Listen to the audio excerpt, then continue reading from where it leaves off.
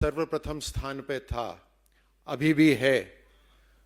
और 2021 के आंकड़ों के हिसाब से तकरीबन 6,300 से ज्यादा दुष्कर्म के मामले राजस्थान में हुए। दूसरा राज्य आधे से भी कम है।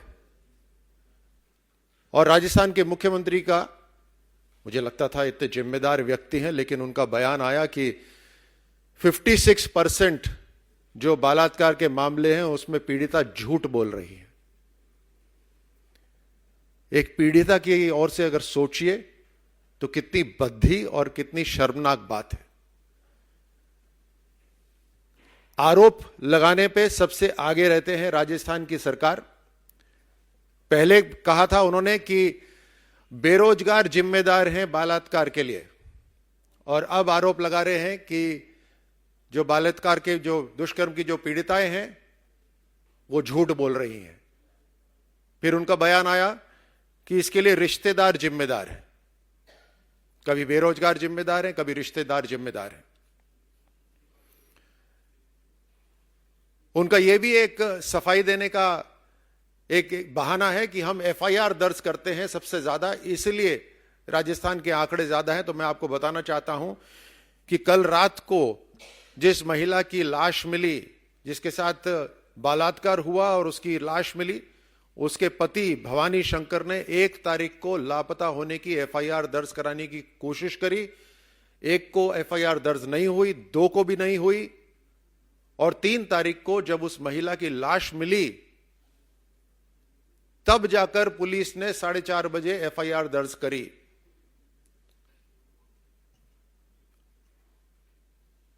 जमवा रामगढ़ के अंदर कुछ दिनों पहले एक महिला टीचर को जिंदा जलाया गया। उसने पुलिस को फोन करा, मरने से पहले उसने पुलिस को फोन करा, जलने से पहले फोन करा, लेकिन पुलिस वहां पर नहीं आई। कोटा के अंदर एक इंस्पेक्टर के घर में चोरी हो गई और 1.5 महीने बाद उसकी एफआईआर दर्ज कराई गई। यह लगातार ऐसे हो रहा है कि राजस्थान के अंदर महिलाएं पूरी तरह से असुरक्षित हैं, भय का माहौल है। एक ऐसा प्रदेश बन गया है जहां आप जानते हैं कन्हैया की गर्दन काटी गई, साधु संतों को रोज मारा जा रहा है, चरमपंथियों का अड्डा बन गया है, जिहादियों का अड्डा बन गया है राजस्थान। और मुख्यमंत्री इन सभी घटनाओं को बोलते हैं ये सारी छोटी घटनाएं हैं, लेकिन बड़ी घटना जो दिल्ली में होती है उसके लिए वो तुरंत राजस्थान छोड़कर दिल्ली आ जाते हैं। और राहुल गांधी को जो बार बार लॉन्च करने की जो योजना है उसमें शामिल हो जाते हैं। ये कोई महंगाई कम करने की, महंगाई के ऊपर कोई रैली नहीं है, ये परिवार बचाओ रैली है। ये एक ऐसी टीम है जिसका कप्तान कोई बनना नहीं चाहता। एक बार नहीं, 2 बार नहीं, कई बार राहुल गांधी को लॉन्च करा गया है। और 2014 के बाद कांग्रेस पार्टी ने 90% चुनाव हारे हैं। और उत्तर प्रदेश के अंदर 90% से ज्यादा इनकी सीटों पे जमानत जब्त हुई है। इस टीम का कप्तान कोई नहीं बनना चाहता, और इस वजह से एक बार फिर राहुल गांधी को लॉन्च करने के लिए यह योजना तैयार करी गई। राजस्थान के मुख्यमंत्री और प्रदेश सरकार के लिए राजस्थान में हो रही सारी घटनाएं छोटी हैं, लेकिन ईडी अगर इस परिवार से प्रश्न पूछ लेता है तो वो तुरंत दिल्ली कूच कर जाते हैं। हर रोज राजस्थान के अंदर 17 महिलाओं के साथ बलात्कार हो रहा है, हर रोज, लेकिन उसके ऊपर कोई सुरक्षा का प्रबंध नहीं करा जा रहा।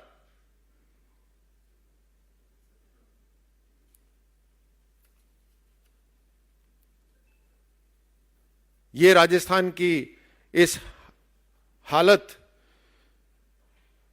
को पूरा प्रदेश और पूरा राष्ट्र जानता है,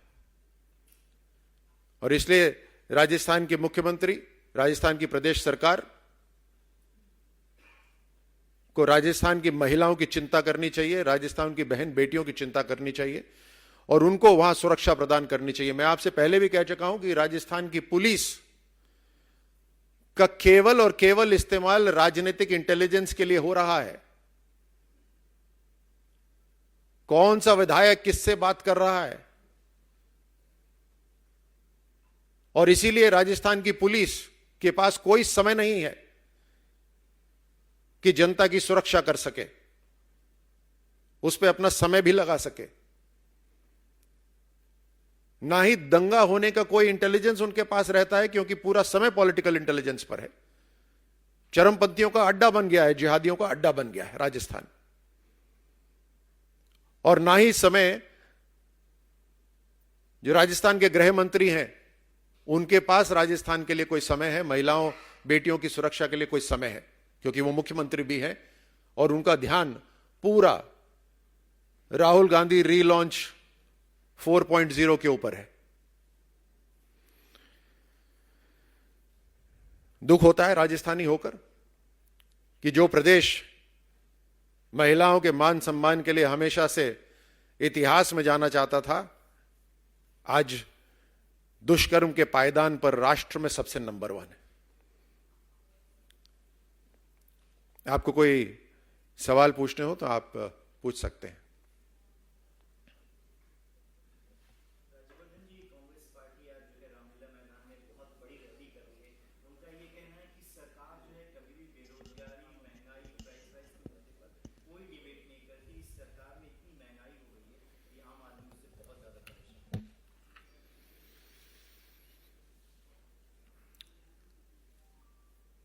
सबसे पहले तो पार्लियामेंट की जो प्रोसीडिंग्स होती हैं वो आप सब देखते हैं। जो स्थान डिबेट का है वहां पर डिबेट करने से कांग्रेस पार्टी हमेशा भागती है। सरकार और बीजेपी हमेशा सदन के अंदर डिस्कशन के लिए पूरी तरह से तैयार रहती है। दूसरी बात महंगाई की, तो जिस परिस्थिति से पूरी दुनिया निकल रही है, आर्थिक मंदी हो दुनिया के अंदर, यूक्रेन रशिया का युद्ध हो, तेल की कीमतें हो, कोरोना काल जो पूरी दुनिया के सामने रहा, उसकी वजह से जो डेवलप्ड कंट्रीज हैं वो पिछड़ गई हैं। और इस सब के बावजूद भारत की जो आर्थिक गति है वो बाकी सभी राष्ट्रों से तेज है। और ये बीजेपी के आंकड़े नहीं है, ये दुनिया की जो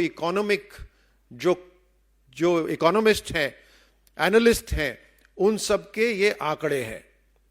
जो जीएसटी कलेक्शन भी हो रहा है वो पिछले 5 महीने में लगातार तकरीबन 1,50,000 करोड़ है।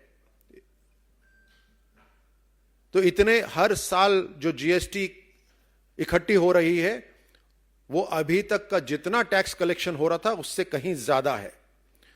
और पेट्रोल की कीमतें, डीजल की कीमतों के अंदर भी देश की सरकार ने राहत दी है। उसके बावजूद भी जो कांग्रेस शासित जो राज्य हैं उन्होंने एक भी कदम महंगाई के ऊपर नहीं उठाया है। राजस्थान खुद आप ले लीजिए, तेल की कीमतों के अंदर पूरे देश के अंदर सबसे आगे जो प्रदेश है उसके अंदर राजस्थान है। केंद्र सरकार के कम करने के बावजूद भी राजस्थान सरकार ने तेल की कीमतें कम नहीं करी हैं। लेकिन यहां पर दिल्ली में महंगाई की रैली के अंदर भाग लेने पहुंचे हैं राजस्थान के मुख्यमंत्री। राजस्थान को तो रेप कैपिटल बना दिया और अब देश की कैपिटल में महंगाई की बात करने पहुंचे हैं। जी धन्यवाद आप सबको।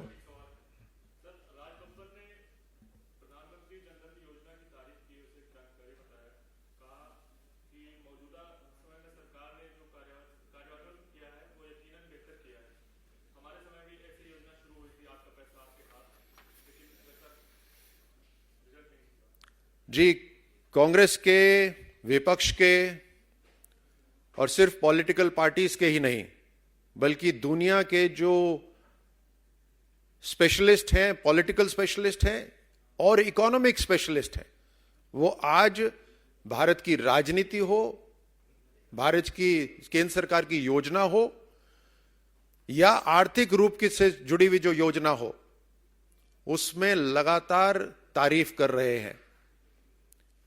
जो विदेशी मुद्रा इकट्ठी हो रही है भारत के अंदर, उसके ऊपर जो क्रिटिक्स होते थे वो तारीफ कर रहे हैं।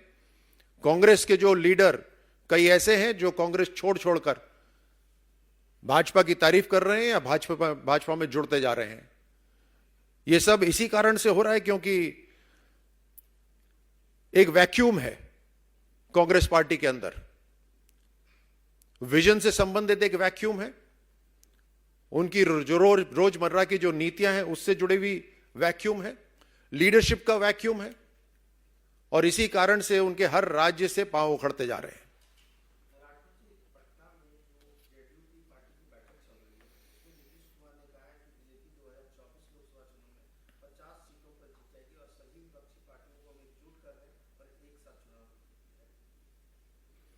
लोकतंत्र को के अंदर विपक्ष मुकाबला करे, ये हम सब चाहते हैं, लेकिन सच्चाई से कितनी दूर है वो आपके इस बयान से, या आपके नहीं, जो जिन्होंने भी ये बयान दिया है उससे पता चलता है। नमस्कार, मैं हूं संदीप चौधरी। अगर आपको ये वीडियो पसंद आया हो तो इसे लाइक और शेयर जरूर करें, और हां, हमें सब्सक्राइब और फॉलो करना ना भूलें ताकि आप देश और दुनिया की कोई खबर मिस ना करें। तो जुड़िए हमारे साथ और देखते रहिए News 24।